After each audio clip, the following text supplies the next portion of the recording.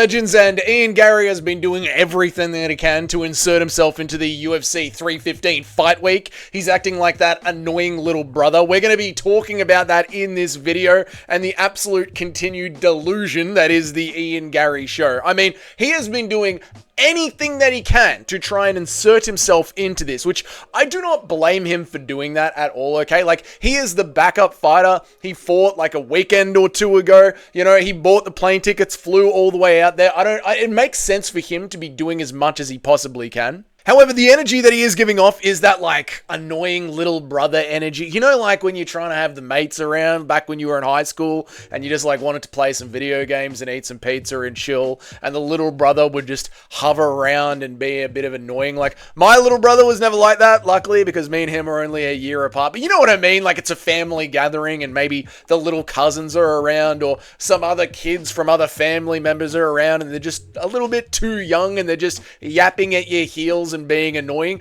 That is the energy that Ian Garry is giving this week, while Bilal Muhammad and JDM are trying to do interviews and Gary's just bouncing in there for absolutely no reason and I hope I fight for the title next. Either way, we are going to be playing probably the most delusional clip right now of the entire 315 pre-fight press conference experience. And it's Ian Garry being asked directly, are you going to be taking another fight or do you expect to be fighting for the title next? And Ian Garry just essentially says flat out, no, I need to fight for the title next. We're going to look at that one. We're going to break down my thoughts and why Ian Garry is so far at the back of the line. It's incredible after we listen to it. Let's have a listen to it together now.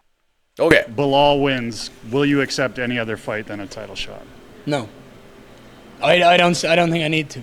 I believe pretty flat out, pretty easy answer there. Bilal wins. Will you accept any other fight other than a fight for the title? Just a flat out, straight up, no. No. He goes on to yap a little bit more. Have a listen, but it is just reasons why he think he's the one that is going to sell the fight against Bilal better than anybody else. Let's speed it up a little bit because it's not too intriguing. It is just the regular yap that you've heard before. The biggest name in the division. Do you know what I mean? Injured Shavkat, he's not going to be fighting this year. Do you know what I mean? I don't see anyone who's bigger or anyone who's more interesting to put on a pay-per-view main event and sell out a stadium. There is no one bigger. There is no one that will create that buzz and that hype. And I think me and Bilal stylistically is a great matchup. It's a great fight. It's two professional athletes going out there who have nothing but respect for each other but want to compete against the best and be the best. And I believe Bilal wins this weekend. And I'm going to go out there and I'm going to show the world why I really am the best in the world. And I'm going to do it against the champion. Bilal wins. He's really the best in the world. He's really the best in the world. Lost to Shavkat, by the way, but he really is the best in the world, you know? Anyway, all right, that's Ian Garry. Ian, are you going to take any other fight other than a championship fight next? Flat out, no. Right. There's so many things that are delusional about Ian Garry's mindset here. So many things. Right, let's just kick off with the obvious one. Just because you are the backup fighter, Ian, doesn't mean that you are instantly getting a title shot next. Now, I know that Dana White ruined all of this by saying that Colby Covington does get an undeserved title shot, a third failed title attempt against Leon Edwards because he was the backup fighter for the UFC. And this is the problem with the UFC being such a poorly organized company, just making up rules as it goes, because it sets weird precedents like this. However, one of the good things that comes out of the UFC being a completely freestyled organization is that you have precedents in the other direction as well, right? Because remember back to when it was Charles Oliveira meant to be fighting Islam Makhachev at UFC 294, yeah? And Charles Oliveira got this pretty disgusting gash over the top of his eye. Now, before that was meant to go down, before all of that was announced, it was announced that Mateusz Gamrot was going to be the backup for that. He was booked in, he was promised, he was flying out to Abu Dhabi. Charles Oliveira gets the cut over his eye 12 days before, and it gets announced that instead we are going to have Alexander Volkanovski instead, right? And it turned out to be maybe one of the dumbest decisions Alexander Volkanovski ever could have made, cutting weight on 11 days notice, going and fighting Islam Makhachev, getting his bloody head kicked in, but we also have one of the best redemption stories in the UFC because Volk's back, baby. Volk's back. And then JDM's going to beat up Bilal Muhammad and we're going to have two bloody belts in Australia in the same bloody month. I'm getting ahead of myself. Let's focus back in.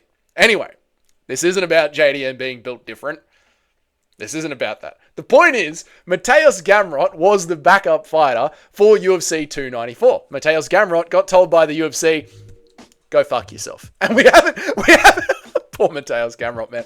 But we haven't seen Mateusz Gamrot anywhere near a title shot since then. In fact, I believe his next fight will be on the Apex, right? So Mateusz Gamrot was the backup fighter and he just got flicked to the side. He's completely out of the title picture. So Mr. Ian Garry, he thinks that he deserves a title shot because he has offered to step up as the backup fighter at UFC 315 and because he stepped up on short notice against Carlos Prates. Well, I'm sorry, Ian, but Carlos Prates was ranked number 13th in the world when you took that fight and when you beat him. You were coming off a one-fight win streak now, Mr. Garry, yeah? You came in to fight Shavkat Rakhmonov, who was ranked number 3 at the time, and you were ranked number 7th, and you lost that fight. You lost that fight. So you are now at the back of the line. You got angry that JDM got offered this fight at UFC 315, even though JDM just fought Gilbert Burns, who was ranked number 4th at the time, and JDM beat him. Which means JDM should have jumped in to save the day because JDM got a higher ranked win than you did. Do you see how this works, Ian Garry? Yeah? And just because you jumped in at short notice doesn't really mean anything. Have you forgotten that Joaquin Buckley stepped in to fight Colby Covington at short notice? Yeah? Now Joaquin Buckley is on a Joaquin Buckley, whatever it is. You know who I'm talking about. Big guy, jacked, fights like Dricus du Plessis. He's now on a 6-fight unbeaten streak, yeah? 6-fight unbeaten streak. And he is next set to fight Kamaru Usman, who he has a very good chance at beating. Kamaru Usman, who is currently ranked number 4th in the division, which means if he beats Usman, he is going to be on a 7-fight unbeaten streak against 2 ranked fighters. You see what's going on here, mate? Then you got Sean Brady, right? Sean Brady, who just destroyed Leon Edwards, absolutely left him. He was quite literally left strikeless in the second round. Sean Brady did that to Leon Edwards, who was ranked number 1 at the time. Yeah, now, yes, Sean Brady has fought Bilal Muhammad before, yeah, but this is not a wild thing. Like, we have seen contenders who have fought the championship before go on a winning streak and then go to fight the championship again. You're likely to do that. You, like, look at Alexandre Pantoja. Everyone that he is fighting, he has fought them before. Just because Sean Brady has fought Bilal Muhammad before doesn't mean he can't fight Bilal Muhammad again, especially if he has higher ranked wins and a longer unbeaten streak than you. And then, of course, Ian Garry, you're there talking about how I sell the most pay-per-views, everyone wants to watch me fight, which just, it isn't true. It isn't true at all. Like, it's not everyone wants to watch you fight, Ian Garry.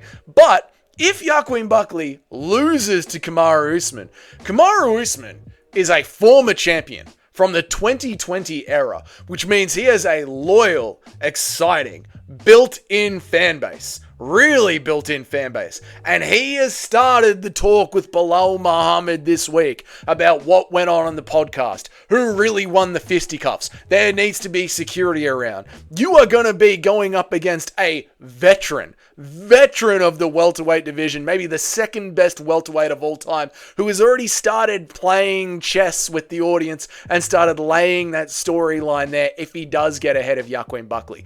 So to say all of this, there are all these storylines going on at welterweight right now. It is the busiest division in all of the UFC. I don't think there is a busier division in all of the UFC right now. Yeah, you have got Sean Brady, who is coming off a dominant win over the number one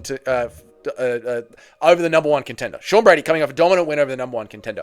You've got Joaquin Buckley, who's going to be on a 7-fight win streak. Shavkat Rakhmonov is going to be coming back from his injury soon, and he just beat you in his last fight. And then you've got Kamaru Usman, who has a loyal, built-in fan base. If he gets the win over Buckley, he steals all of that hype, and that is an easy pay-per-view for the UFC to make. Yes, jumping in to be the short notice fight, to be the backup fighter for UFC 315, does get you some good graces with the UFC. But Ian, the UFC is a what have you done for me lately company. And if you think you were going to sit there and play hardball and say other people can go ahead of me, I'm not taking another fight unless I get that fight against the championship. If you think the UFC are going to appreciate that, good luck, dude. Good luck, dude. Like, if you want to see Joaquin Buckley steal your shot, that's fine. Like, I don't understand where you've got this idea that you are beloved by the fans. I think Joaquin Buckley has got a much louder fan base rather than you. And on top of that as well, the UFC just lost their American wrestling, their college wrestling audience because Bo Nickel just got his head kicked in, right? They just lost that audience. Sean Brady is the perfect placeholder for that audience. The perfect placeholder. They could take Sean Brady and start selling him to that audience, no problem at all. He does that perfectly. Ian, I'm not saying that sitting in the corner and watching the entire division go at it while you don't jump in, you just sit on the sidelines and watch, is something that's turning you on. But that's sort of what you're selling to us here, mate. You seem to be enjoying just sitting in the corner and watching what's going on, Ian. This might be the most delusional sitting around waiting for a title shot call out we have seen. Someone on a one fight win streak that was number 7th, is still number 7th, coming off one win to the ranked number 13th in the busiest division. This is wildness. This is wild. Ian, have at it, mate. Sit there all you want. I'm sure you, the fan, I'm sure there's going to be thousands of Ian Garry fan out there just clamoring to see you fight again. You're an absolute joy to listen to at press conferences, Ian. But anyway, that is it. Let me know what you think about it down there in the comments. Do you think Ian Garry is being absolutely delusional? Do you think he deserves a title shot after this? Am I missing the mark here? Is there something that I'm not seeing? Let me know about it down there in the comments. If this is your first time here, g'day. Welcome. My name is Dougie. I make an MMA video every day of the week, Monday through Friday, and I try and go live at least 3 times a week. If you want to know when all that happens, hit the subscription button and the notification bell so you know when I go live, when I drop a new video. If you liked the video but you can't be bothered commenting, just leave a like. It helps grow the channel. And if you're one of the paying members of the channel, thank you so much. Your names are up on the next slide. Until then, I will see you all. That's Friday. That's the bloody end of the week, boys. I will see you all at UFC 315 live stream. Come and pop in and say g'day. Until then, I'll see you all on Monday for the next video. Everyone have a good weekend. Goodbye.